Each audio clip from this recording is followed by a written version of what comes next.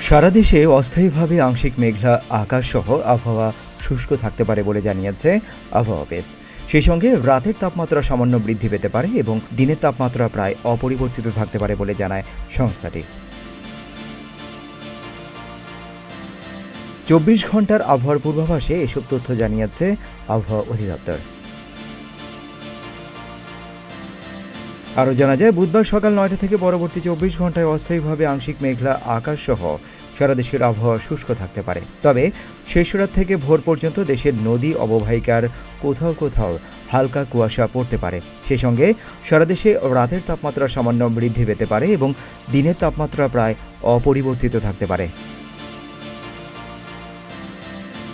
বৃহস্পতিবার সকাল 9টা থেকে পরবর্তী 24 ঘন্টায় অস্থায়ীভাবে আংশিক মেঘলা আকাশ সহ সারা দেশের আবহাওয়া শুষ্ক থাকতে পারে। তবে শেষ রাত থেকে ভোর পর্যন্ত দেশের নদী অববাহিকার কোথাও কোথাও হালকা কুয়াশা পড়তে পারে।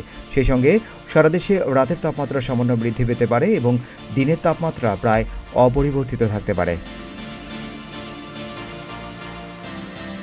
এদিকে আগামী 3 দিনে সারা দেশে রাত এবং দিনের তাপমাত্রা বৃদ্ধি পেতে পারে বলে জানিয়েছে আবহাওয়া অধিদপ্তর। সিদ্দিকুর রহমান রোমন, প্রতিদিনের বাংলাদেশ।